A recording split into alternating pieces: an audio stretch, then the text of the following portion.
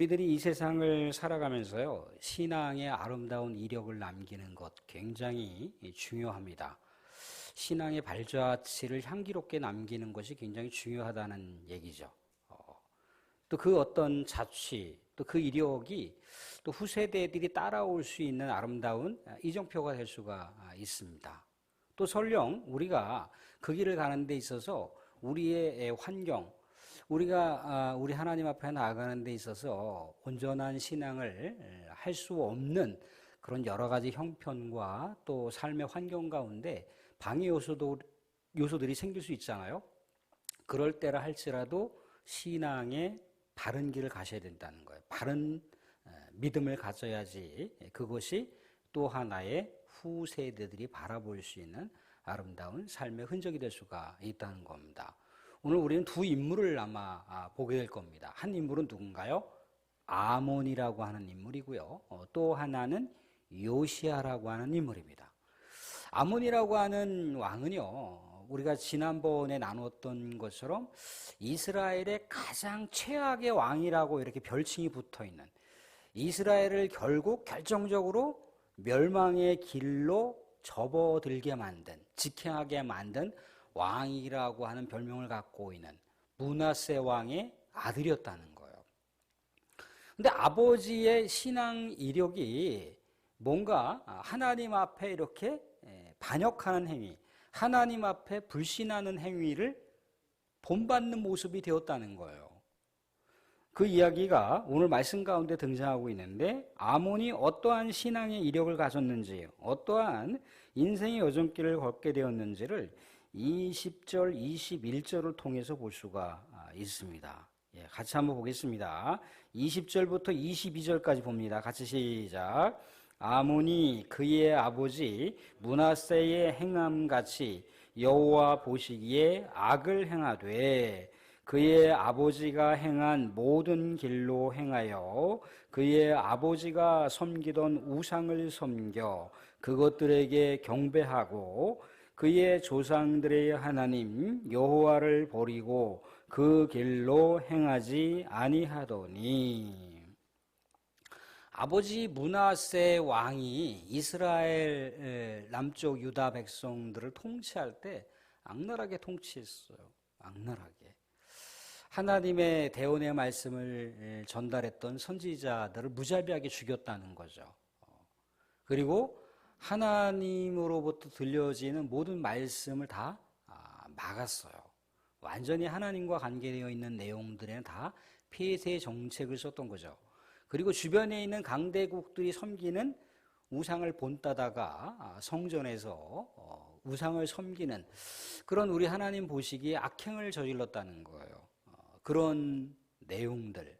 그러니까 종교적으로나 사회 정치 지도자로서의 그 입장을 바라보는 신하들이나 백성들은 불안할 수밖에 없는 거예요. 신물이 날 수밖에 없는 것이고 혐오스러울 수밖에 없는 거죠. 그죠? 야, 이거 그런데 우리가 알다시피 이 므낫세 왕이라고 하는 왕이 남유다를 가장 오래 통치한 왕이에요. 그러니까 얼마나 지옥과 같은 그런 통치를 백성들이 감내를 하지 않았겠습니까? 그죠? 그래서 므낫세가 이제 물러나고 새로운 왕이 이제 계승할 것을 기대했는데 므낫세는 자기하고 가장 닮은 꼴인 아몬을 간택한 거예요.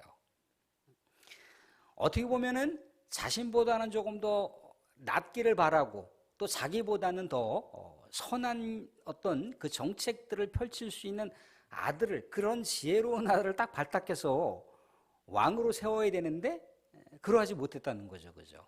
자기처럼 폭군 기질이 있고 자기처럼 독재 기질이 있고 자기처럼 우상을 섬기는 그런 최적의 자기하고 판박이었던, 닮은 꼴이었던 아몬을 세웠다는 거예요.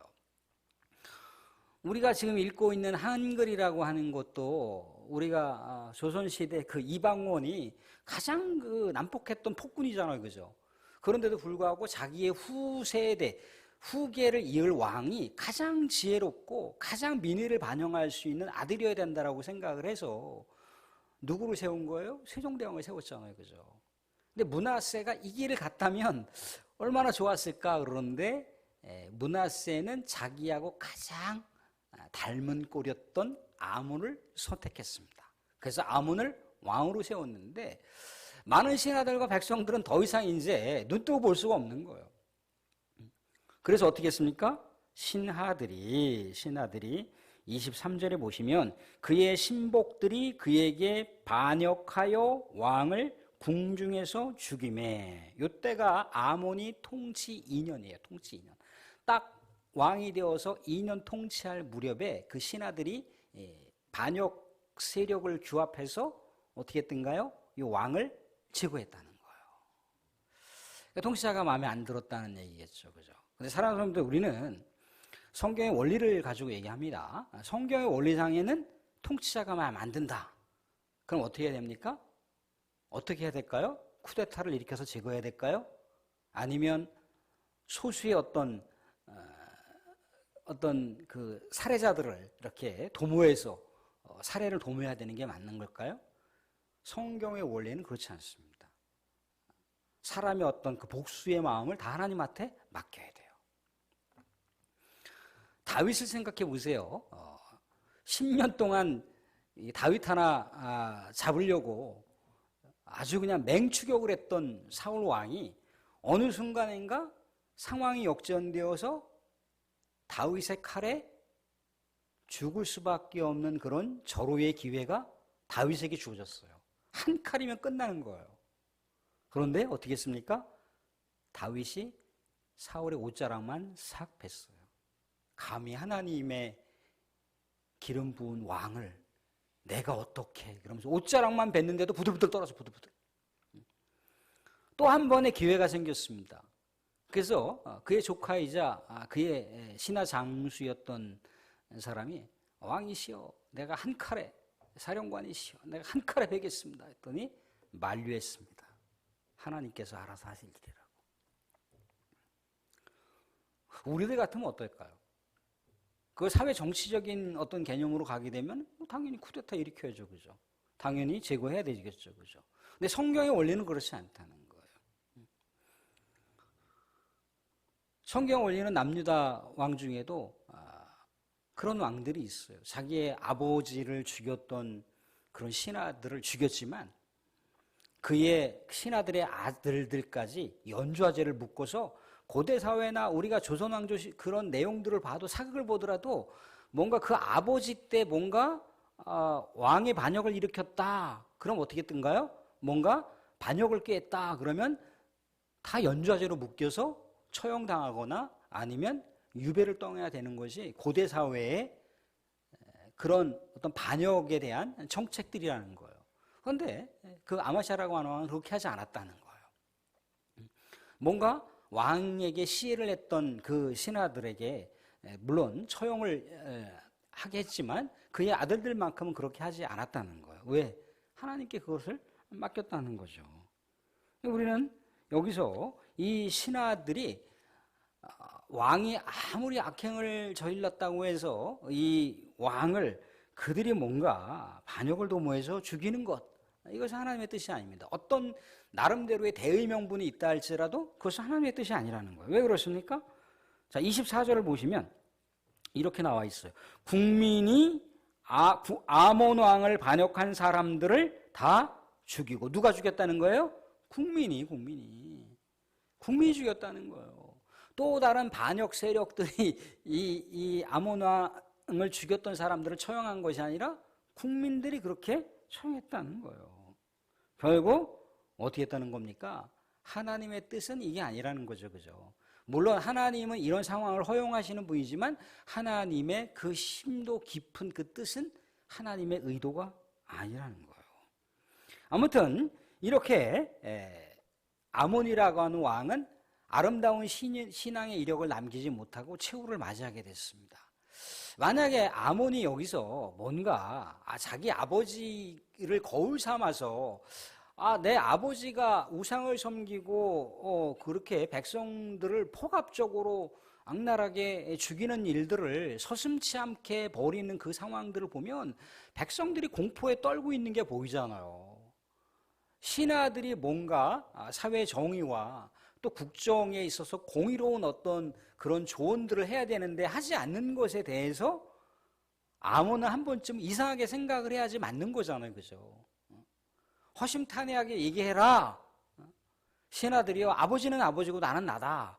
그러면서 신하들의 이야기를 듣고 백성들의 이야기를 경청했다면 그의 신앙 이력과 그의 통치 이력은 달라졌겠죠. 그죠? 아버지의 길을 가게 되니까 이렇게 또 다른 반대 세력에 의해서 제거당하는 그런 어처구니 없는 광경을 우리가 말씀 가운데 보고 있는 겁니다. 그런데 이와 다르게 요시야라고 하는 왕은 또 어떤 왕인가? 요 왕은 아버지가 아모니의 아버지가 할아버지의 길을 걸었던 그 아버지에서 태어난 아들이 요시야예요. 서두에서 말씀드렸던 것처럼 아무리 환경이 신앙을 올바르게 이렇게 갖지 못하게 만드는 그런 여러 가지 방해 요소가 많다 할지라도 바른 믿음을 선택한다는 것, 바른 믿음의 길을 가려고 한다라고 하는 것은 굉장히 중요합니다. 요시야는 이런 악의 소굴과도 같은 그런 왕궁에서의 삶을 살았을 거 아니에요, 그죠? 그런데 요시야는 자신의 아버지를 거울 삼은 거예요. 저렇게 했을 때 신하들과 백성들은 고통 가운데 빠지겠구나, 정말 피눈물을 흘리겠구나라고 하는 걸 요시야는 아는 거예요. 그래서 그가 추구했던 신앙 이력이길, 그가 추구했던 통치의 길은 어떤 길이었나요? 우리가 22장 2절을 보시면 나와 있습니다. 2절 같이 한번 보도록 하겠습니다. 22장 2절입니다. 같이 시작. 보시기에 정직히 행하여 그의 조상 다윗의 모든 길로 행하고 좌우로 치우치지 아니하였더라.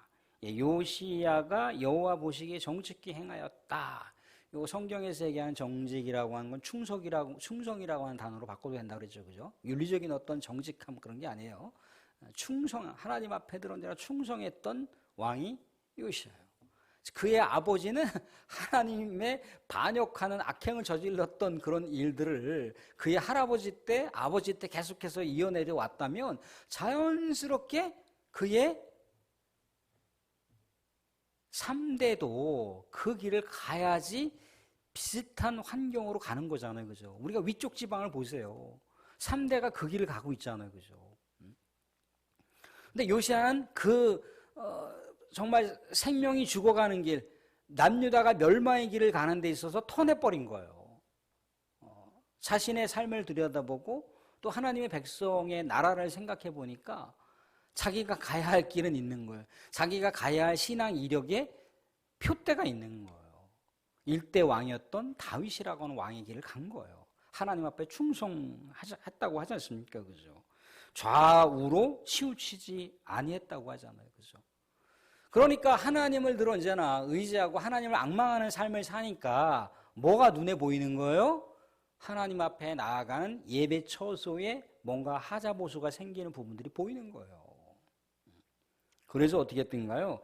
말씀 가운데 보면 아무튼 성전을 다시 보수할 수 있는 감독자에게 그 일을 맡기는데 우리는 여기서 이걸 주목하실 수가 있습니다. 7절을 보시면 성전을 수리하게 하라 해놓고 7절 보시면 그러나 그들의 손에 맡긴 은을 회개하지 말지니 이는 그들이 진실하게 행함이니라.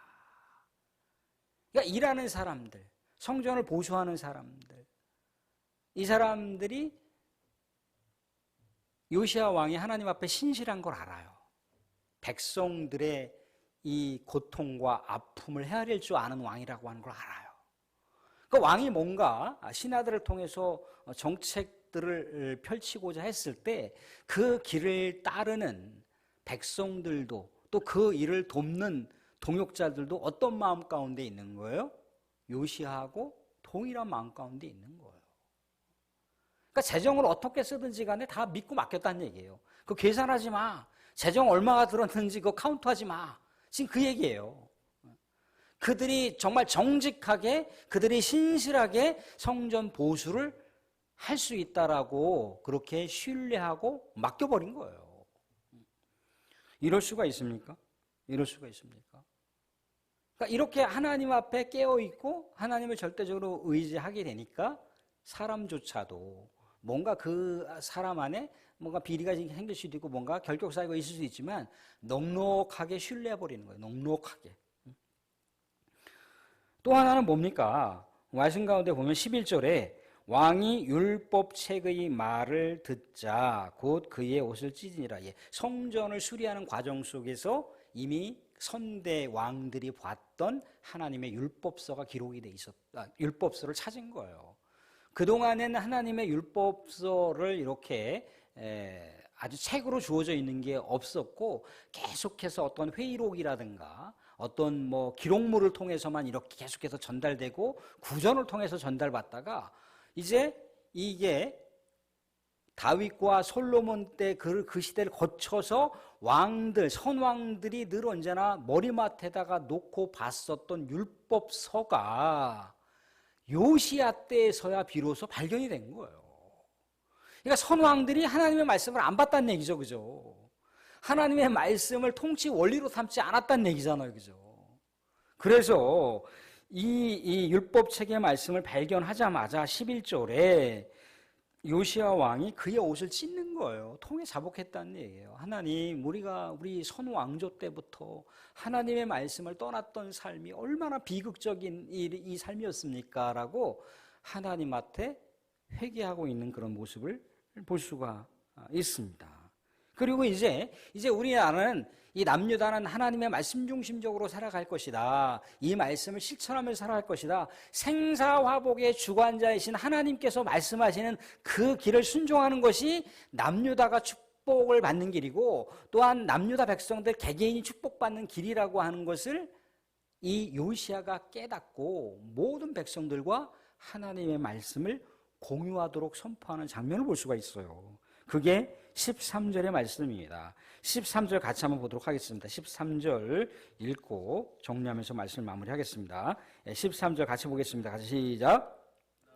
가서 나와 백성과 온 유다를 위하여 이 발견한 책의 말씀에 대하여 여호와께 물으라. 우리 조상들이 이 책의 말씀을 듣지 아니하며 이 책에 우리를 위하여 기록된 모든 것을 행하지 아니하였으므로 여호와께서 우리에게 내리신 진노가 크도다.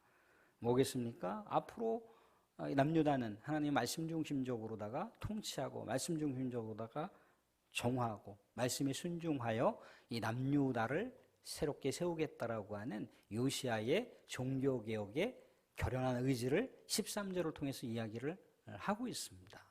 그러니까 통치자가 누가 되느냐에 따라서 백성들이 어떻게 그들의 삶의 상황이 반영되고 있는지에 대해서 오늘 말씀 가운데 우리 여실히 볼 수가 있습니다. 뭐 굳이 여기서 우리가 뭐 현대판 어떤 정치 세계를 여기다 끌어들일 필요까지는 없지만 우리는 가늠은 해볼 수는 있어요. 가늠은 해볼 수 있습니다. 어떤 지도자를 우리가 지향해야 되는가, 어떤 지도자를 우리가 세워갈 수가 있어야 되는가를 헤아려 볼 수가 있는 거죠. 사랑하는 말씀을 마무리하겠습니다. 서두에서 말씀드렸죠, 그죠? 우리의 신앙 이력을 만들어가는 건 굉장히 중요합니다. 또한 신앙의 흔적, 자취를 아름답게 이렇게 남겨놓는 것은 굉장히 중요하다는 거예요. 그게 먼 훗날 우리의 자녀들의 아름다운 삶의 목표점이 될 수가 있어. 방향성이 될 수가 있어. 아, 우리 엄마, 우리 아버지는 그때 그랬어. 아니면 조금 더 폭을 넓히면 아, 우리 할아버지하고 할머니는 그렇게 했다라고 우리 아빠한테, 엄마한테 들었어. 이게 이제 뭡니까? 이게 신앙 전수예요. 이게 신앙 계보예요. 그래서 우리 당대의 신앙인들의 신앙 이력과 신앙의 아름다운 자취를 남기는 것이 굉장히 중요하다는 겁니다. 또 하나 뭡니까? 우리는 지금 이 자리에 계신 분 중에는 신앙을 이렇게 전수받아서 믿음 생활을 하지 않은 분들도 있어요. 당대에 우리 하나님의 놀라운 은혜가 임하고 성령의 역사를 통해서 신앙생활 하신 분들도 있을 수 있습니다. 얼마나 또 이분들은 또 그 신앙생활 하기 위해 많은 여러 가지 넘어야 할 그런 굴곡들도 있었고 산들도 있었을 거예요. 근데 헤쳐와서 지금 하나님 앞에 신실한 믿음의 백성으로 살아가고 있잖아요. 그죠? 이런 신앙의 아름다운 역사, 이런 신앙의 아름다운 유산들은요, 우리 후세대들에게 바른 믿음을 제공할 수 있는 좋은 지름길이 될 수가 있다는 거예요. 이런 것들을 우리가 남겨놔야 되는 거예요. 그리고 또한 우리는 뭡니까? 또 우리가 신앙 이력을 남기는 데 있어서 우리 하나님 앞에 충성해야 돼요. 또 교회를 세워가는 일들에 있어서 내 직분은 하나님께서 맡겨주신 직분이다. 하나님께서 기름 부어 나에게 맡겨주신 직분, 이 사명은요, 정말 우리가 너무 소홀히 하면, 너무 경홀히 여기면 안 돼요. 초등학교 줄반장처럼 생각하시면 안 된다 이거예요. 하나님께서 귀하게 내려주신 거예요. 공동체를 통해서. 또 공동체보다 조금 더 상위 기관인 노회원들이 모여서 우리의 직분을 세웠어요. 근데 이 직분을 너무나 경홀히 여기거나 가치 없는 것으로 여기서는 안 된다는 거죠. 그죠? 신목회 회장보다 더 못한 것으로 이 직분을 받고 있다면 이건 심각한 거예요. 하나님을 모독하는 거란 말이죠. 물론 이 자리에 계신 분들은 그렇지 않겠지만 그렇다는 거예요. 직분을 소중하게 여기셔야 됩니다. 그 직분은 또 어떻게 감당할 수가 있습니까? 내 생각과 내 판단과 세상 경영 방법으로? 아니에요. 항상 교회는 하나님의 말씀의 원리에 따라서 말씀이 어떻게 제시하고 있느냐에 따라서 그 말씀을 가지고 교회를 세워나가는 거예요. 그것을 우리가 아시고 이 말씀에 준하여 또 요시야가 얼마나 하나님을 또 바라보면서 그 사람들을 신뢰했고 또 그 사람들에게 하나님의 뜻을 받들어 함께 또 동반자가 될 것에 대해서 촉구하고 있는 것처럼 우리 사랑하는 성도, 우리가 이 세상 살아가는 동안 우리 하나님 앞에 더 진실되게 신앙의 아름다운 유산들을 만들기 위해서라도 신앙의 아름다운 이력과 흔적들을 남기시고 그 흔적들을 우리 후세대들에게 잘 또 전수하시고 또 하나님 앞에 우리에 맡겨져 있는 직분들 또 충성하시고 말씀 중심적인 삶을 살으셔서 우리 하나님께서 인정하시는 훌륭한 믿음의 모델들이 될 수 있기를 주님의 이름으로 축원드립니다.